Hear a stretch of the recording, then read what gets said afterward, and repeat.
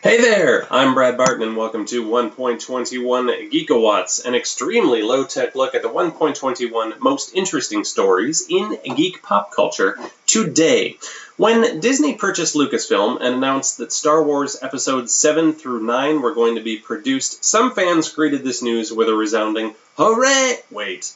This is because they are fans of the Star Wars Expanded Universe, the EU, which is the catch-all term for all of the licensed stories in the books and the comic books and the video games, which have advanced the plot lines and explored the nooks and crannies of the galaxy far, far away over the last few decades. Within the EU, continuity has always been pretty tight, honestly, which means that we have bookshelves full of stories, interconnected stories of Luke Skywalker, his wife, his son, the marriage of Han and Leia, and their 3 kids, the death of characters like Chewbacca, etc. This has all happened in the comics and books. So, if you are a fan of the EU, and Disney says that they're making new movies, does this overwrite decades of spin-off material that you own and cherish, sometimes more than the movies that it's based on?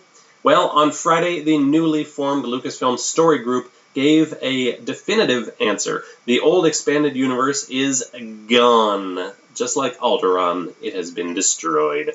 Following it, they say, would simply be too restrictive to the creators of new film projects, who would have to make sure that their stories didn't conflict with the thousands of existing stories, some of which were, to be quite honest, a little lame to begin with. The only stories that are now considered real are the movies, the recently wrapped Clone Wars animated series, and all of the upcoming content, including movies, cartoons, books, etc., which will now all be more closely interconnected than ever. That's the plan. So, does that mean that my 3-volume Star Wars encyclopedia just became a really heavy paperweight? Perhaps. Maybe. Or does it mean that all of those comics and books that I collected over the years and sit on my shelf still sit on my shelf for me to pick up and enjoy again if I choose? Yes. Yes, it does. Because that's the healthier approach. I think you'll agree. The important thing is that this book, The Crystal Star, is now eliminated from continuity because this book proves that it is pretty darn difficult to write dialogue for 3- and 5-year-old characters that isn't flat out excruciating. This is a painful book. For those of you concerned that Marvel Comics legend Stan Lee was not going to cameo in Guardians of the Galaxy, oh, you can exhale now. Yes, you can. Because Stan the Man will appear in the film, continuing his long-running streak in movies that are based on Marvel properties. For a while, the thought was that Stan was not going to appear in Guardians of the Galaxy because it is actually based on a comic book that he did not have a hand personally in creating.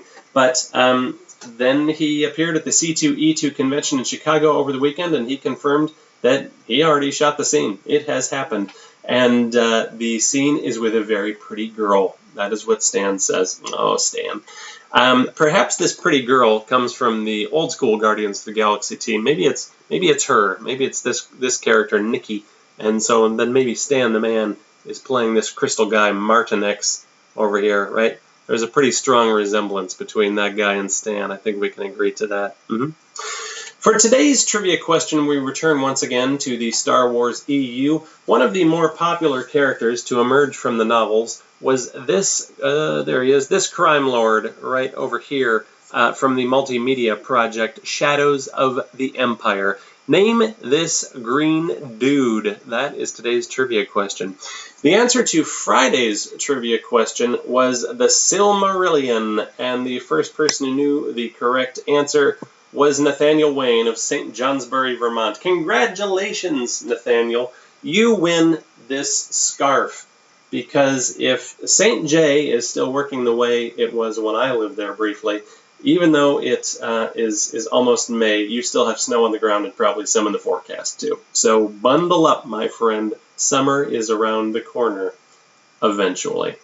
Hey, that's all for today's 1.21 Geekawatts. I hope you enjoyed this bite-sized chunk of a geekitude. If you do, please share it with a nerdy friend and help spread the word, won't you? You can subscribe to the channel, and you can always reach out to me in the comments section and also on Twitter. I'm at BradBarton72 to let me know what you think about the video blog, or if there are story ideas that you'd like to see me cover. I am happy to accommodate. That is all for today's 1.21 Geekawatts. I will see you tomorrow for more nerdy fun. Bye-bye.